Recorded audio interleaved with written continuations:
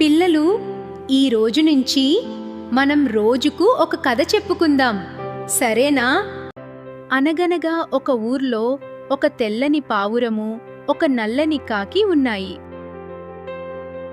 పావురం రోజు బయటికి ఎగురుకుంటూ వెళ్ళి సాయంకాలానికి చికాకుగా విసుక్కుంటూ ఇంటికి వస్తది.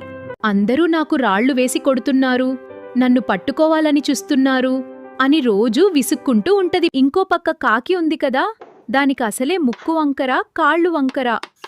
అయినా కాని ఆ కాకి చలాకీగా ఆడుతూ పాడుతూ దొరికింది తింటూ హాయిగా ఉంటది.